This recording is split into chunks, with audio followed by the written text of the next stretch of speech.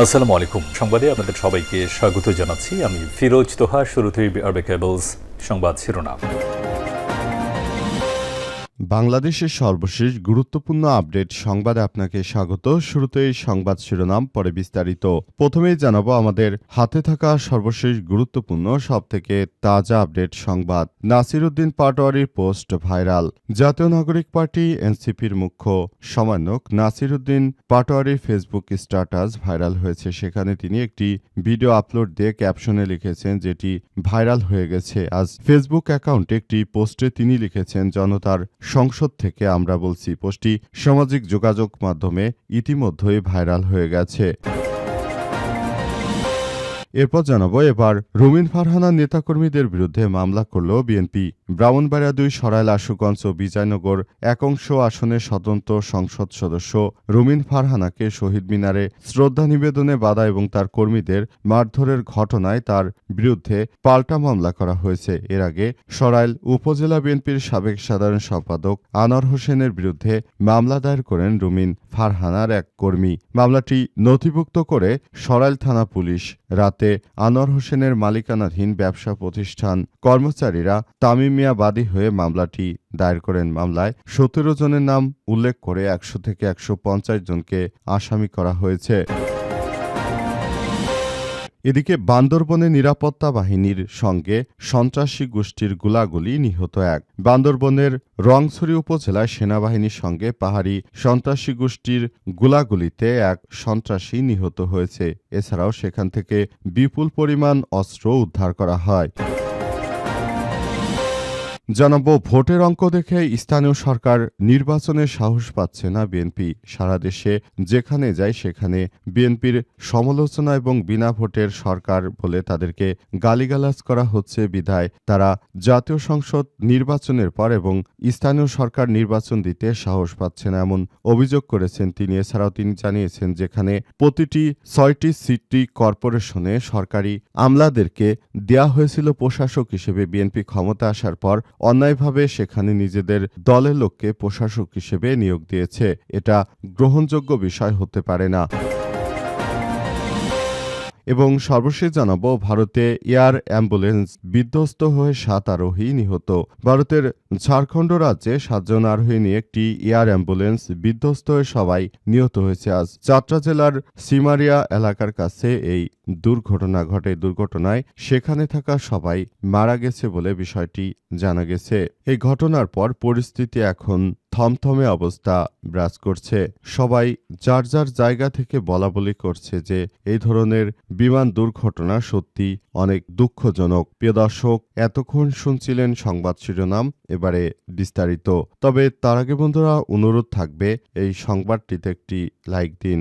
এই চ্যানেলে আপনি নতুন হয়ে থাকলে আমাদের সংবাদটি দেখতে দেখতে চ্যানেলটি সাবস্ক্রাইব করে রাখুন। কমেন্ট করে বন্ধুরা আপনার মূল্যবান মতামত জানিয়ে দিন আপনি বিশ্বের কোন দেশ থেকে বা বাংলাদেশের কোন স্থান থেকে আমাদের সংবাদটি দেখছেন এবং শুনছেন। আর বন্ধুরা, সংবাদটি আপনার সোশ্যাল মিডিয়া ফেসবুকে শেয়ার করে বন্ধুদেরও দেখার সুযোগ করে দিন। গাজা যুদ্ধে আপনি যদি নিরীহ ফিলিস্তিনিদের ভালোবেসে থাকেন, কমেন্টে ইয়েস লিখে পুরো বিশ্বকে বিষয়টি জানিয়ে দিন। এবারে বিস্তারিত।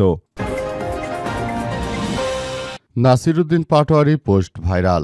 জাতীয় পার্টি এনসিপির মুখ্য সমন্বয়ক নাসিরউদ্দিন পাটোয়ারির ফেসবুক স্ট্যাটাস ভাইরাল হয়েছে। সেখানে তিনি একটি ভিডিও আপলোড দিয়ে ক্যাপশন লিখেছেন, যেটি ভাইরাল হয়ে গেছে। আজ ভোরের দিকে ফেসবুক অ্যাকাউন্টে একটি পোস্টে তিনি লিখেছেন, জনতার সংসদ থেকে বলছি আমরা। পোস্টটি দেওয়ার সঙ্গে সঙ্গে সামাজিক যোগাযোগ মাধ্যমে তা ছড়িয়ে পড়ে। এই রিপোর্ট লেখা পর্যন্ত ৯টা ১৫ মিনিটে পোস্টটি ২৪,০০০ রিয়াকশন এবং ৫০৬টি কমেন্টস ও ৩৯৭টি শেয়ার পড়েছে নাসিরউদ্দিন পাটোয়ারির ওই পোস্টটিতে। এছাড়াও নাসিরউদ্দিন পাটোয়ারি তিনি যখন থেকেই ঢাকা ৮ আসনে নির্বাচন করার ঘোষণা দেন, তখন থেকে বিএনপির সন্ত্রাসী চাঁদাবাজরা তার বিরুদ্ধে লেগেই আছে। প্রতিনিয়ত তাকে হ্যারাসমেন্ট করার চেষ্টা করছে। এই নাসিরউদ্দিন পাটোয়ারির আসনে কিভাবে অন্য মানুষ জিতে যায়, কারণ সেখানে শহীদ শরীফ ওসমান হাদির মতো লোক ছিল। সুতরাং সেখানে কোনোভাবেই নাসিরউদ্দিন নাসিরুদ্দিন পাটোয়ারির ওই আসনে মির্জা আব্বাস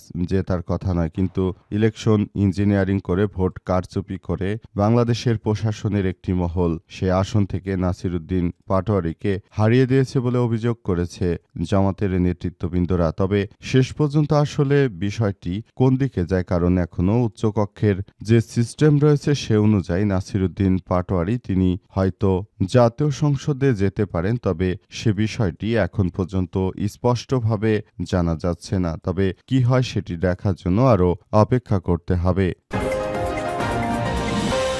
এবার রুমিন ফারহানার কর্মীদের বিরুদ্ধে মামলা করল বিএনপি। ব্রাহ্মণবাড়িয়া ২ সরাইল আশুগঞ্জ ও বিজয়নগরের এক অংশে স্বতন্ত্র সংসদ সদস্য রুমিন ফারহানা শহীদ মিনারে শ্রদ্ধা নিবেদন করতে গেলে বাধা দেয় বিএনপির সন্ত্রাসীরা। এই ঘটনায় রুমিন ফারহানার নেতাকর্মীদের উপর পাল্টা মামলা করা হয়েছে। এর আগে সরাইল উপজেলা বিএনপির সাধারণ সম্পাদক আনোয়ার হোসেনের বিরুদ্ধে মামলা দায়ের করেছিলেন রুমিন ফারহানার এক কর্মী। মামলাটি নথিভুক্ত করে সরাইল থানা পুলিশ রাতে আনোয়ার হোসেনের মালিকানাধীন ব্যবসা প্রতিষ্ঠানের কর্মচারী তামিম মিয়া বাদী হয়ে মামলাটি করেন। মামলায় ১৭ জনের নাম উল্লেখ করে ১০০ থেকে ১৫০ জনকে অজ্ঞাতনামা আসামি করা হয়। মামলার এজাহারে বলা হয়েছে ২১শে ফেব্রুয়ারি ভোরে জেলা বিএনপির সদস্য সরাইল উপজেলা বিএনপির সাবেক সাধারণ সম্পাদক আনোয়ার হোসেনের ব্যবসা প্রতিষ্ঠানে ফারজানা আনোয়ার ডায়াগনস্টিক সেন্টার ও তার বাড়ির সামনে এজাহার নামীয় অজ্ঞাত আসামিরা গালিগালাজ করে সময় প্রতিবাদ করতে গেলে বাদীকে মারধর করেন তারা। তার কাছ থেকে নগদ টাকা লুটপাট করে নিয়েছে আসামিরা। মামলার বিষয়ে স্বতন্ত্র সংসদ সদস্য রুমিন ফারহান এক ফেসবুক পোস্টে লিখেছেন, ২১শে ফেব্রুয়ারি আমাকে বাধা দিয়েছে, তারাই আবার আমার নেতাকর্মীদের নামে মিথ্যা মামলা করল। বিএনপির বিচার এদেশে একদিন হবে। রুমিন ফারহান আরও জানিয়েছেন যে বাংলাদেশের প্রায় প্রতিটি জায়গায় জায়গায় গেলে দেখা যায় বিএনপির নেতৃত্ববৃন্দরা তারা কি পরিমাণ চাঁদাবাজি ও রাহাজানি সন্ত্রাসী কর্মকাণ্ড করছে। দেশের জনগণ মূল বিষয়গুলোকে আসলে সেভাবেই দেখছে এবং মূল বিষয়গুলোকে অত্যন্ত দুঃখজনক হলেও সবকিছু সেভাবে করার চেষ্টা করছে এবং এটি অত্যন্ত দুঃখজনক হলেও সত্য যে আমাদেরকে এই বিষয়গুলো মেনে নিতেই হচ্ছে।